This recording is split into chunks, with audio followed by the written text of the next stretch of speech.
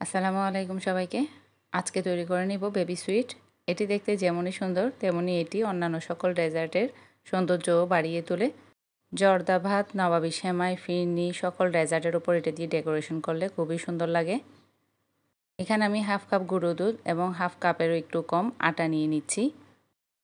1/4 চামচ baking soda. এখানে baking সোডাটাই use করেছি, বেকিং পাউডার নয়। এগুলো দিয়ে ভালো করে মিশিয়ে নিব। আর দিয়ে দিব এখানে 2 টেবিল চামচ পরিমাণ ঘি। গলানো বাটারও এখানে দেওয়া যাবে, তবে তেলটা দিলে মিষ্টির স্বাদটা অতটা ভালো হবে না। তো এখন এগুলো সবগুলো দিয়ে ভালো করে এভাবে হাতে কচলিয়ে খুবই ভালো করে এগুলোকে মিশিয়ে নিতে হবে। এটি মিষ্টি নরম বা তুলতুলে হওয়ার, মিষ্টি পারফেক্ট হওয়ার একটি খুবই গুরুত্বপূর্ণ স্টেপ। তাই খুবই ভালো করে এভাবে কচলিয়ে ভালো করে ঘষে সবগুলো উপকরণ মিশিয়ে নিতে হবে।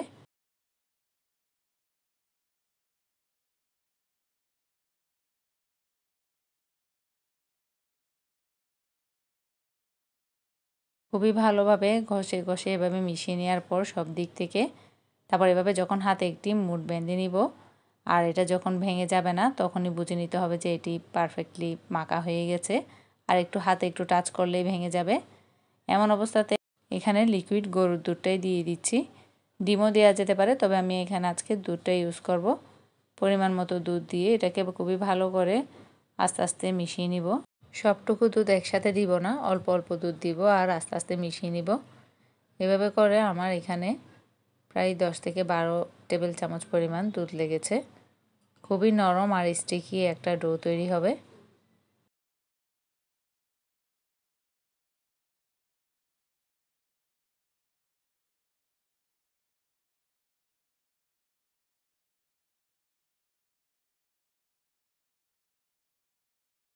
একেবারেই একটি স্টিকি ডো তৈরি করে নেওয়ার পর এটাকে আমি রেস্টে রেখে দিব প্রায় 10 মিনিটের জন্য। ঢাকনা দিয়ে ঢেকে এটাকে এখন রেখে দিব। 10 মিনিট পরে এটা একেবারেই সেট হয়ে যাবে।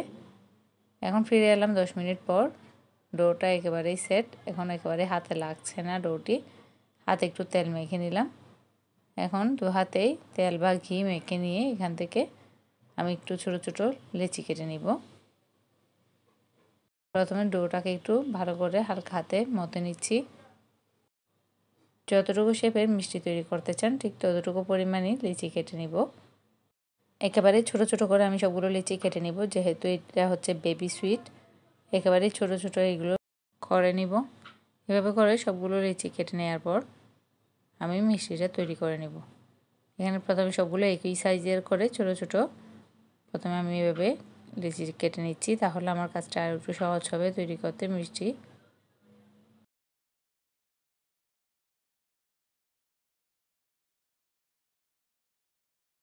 সবগুলো লিচি কাটা হয়ে গেলে এখন ওখান থেকে একটি নিয়ে এভাবে হালকা হাতে এভাবে আঙ্গুল দিয়ে একটু করে মথে নিব প্রথমে। তারপরে দু হাতের তালুতে দিয়ে ছোট ছোট শেপ করে এভাবে মসৃণ করে একটি গোল বল বা মিষ্টি তৈরি করে নিব। খুবই মসৃণ হবে। এই তো কোনো রকম ফাটল না থাকে মতো মসৃণভাবে সবগুলো বল বা মিষ্টি আমি তৈরি করে নিচ্ছি।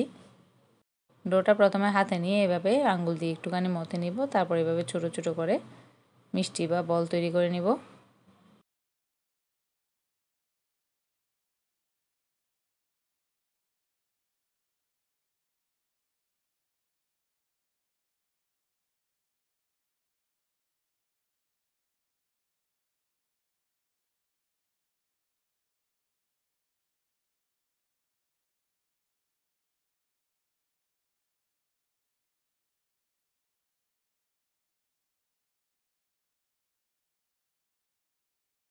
সবগুলো বল বা মিষ্টি তৈরি করে নেওয়ার পর এই তো সবগুলো মিষ্টি বিভিন্ন সাইজের করে তৈরি করে নিয়ে নিলাম।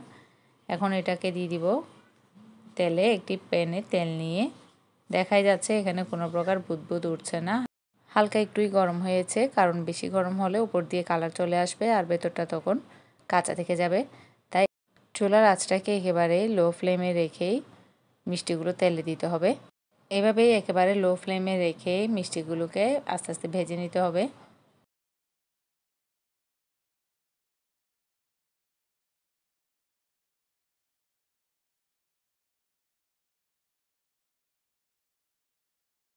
এক পাশে যখন একটু ব্রাউন কালার হয়ে এসেছে হালকা একটু, তখন আমি আলতো হাতে মিষ্টিগুলোকে এভাবে নেড়ে দিব চামচ দিয়ে, খুবই আলতো হাতে নেড়ে দিব এগুলো এখন হালকা একটু ব্রাউন কালার হয়ে এসেছে। এই অবস্থাতেই আমি কিছু মিষ্টি তুলে নিব।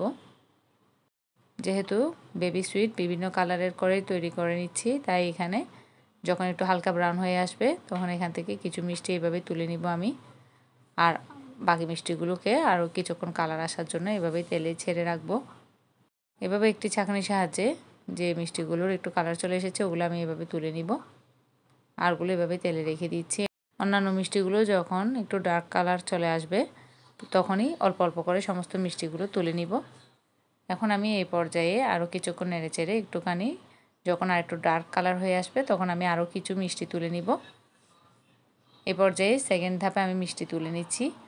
প্রথমে যখন মিষ্টি তুলে নিয়েছিলাম তখন আর একটুখানি লাইট কালার ছিল মিষ্টিতে, এখন একটু ডার্ক কালার হওয়ার পরে আরও কিছু মিষ্টি তুলে নিলাম।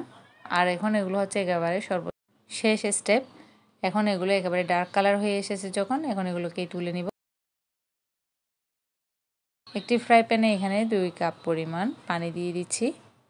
2 কাপ পরিমাণ পানির সাথে আমি এখানে দিয়ে দিচ্ছি 1 কাপ পরিমাণ চিনি। আর এখানে দিয়ে দিব 3টি আস্ত এলাচ, একটু মাঝখান দিয়ে ফেটে দিয়ে এলাচগুলো দিয়ে দিচ্ছি। এলাচের একটু সুন্দর সুঘ্রাণ হবে। চিনি মিশে গেলে এখন এই অবস্থাতে আমি হালকা কুসুম মিষ্টিগুলো এই ফুটন্ত পানিতে দিয়ে দিব। আর এই অবস্থাতে 5 থেকে 10 মিনিট এটাকে সিদ্ধ করে নিব। সর্বোচ্চ 20 মিনিট সিদ্ধ করা যাবে। এভাবে সিদ্ধ করে নিয়ে ততক্ষণে দেখা যাবে আরও একটুখানি মিষ্টিগুলো ফুলে উঠেছে। এই অবস্থাতে আমি এটাকে রেখে দিব 10 মিনিটের জন্য। এরপর 10 মিনিট পরে এটাকে চুলার আঁচটা বন্ধ করে এটাকে একটুকে এই অবস্থাতেই রেখে দিব 2 ঘন্টার জন্য। 6 থেকে 7 ঘন্টার জন্য রাখতে পারলে আরও ভালো হয়। একেবারে রসে টইটুম্বুর হয়ে ফুলে নরম তুলতুলে হয়ে যাবে মিষ্টিগুলো। নবাবী সময়ে জর্দা ভাত, ফিরনি প্রতিটা ডেজার্টের সৌন্দর্যই এই মিষ্টিটি অনেক গুণে ফুটিয়ে তোলে। আজকের জন্য এ পর্যন্তই। আল্লাহ হাফেজ।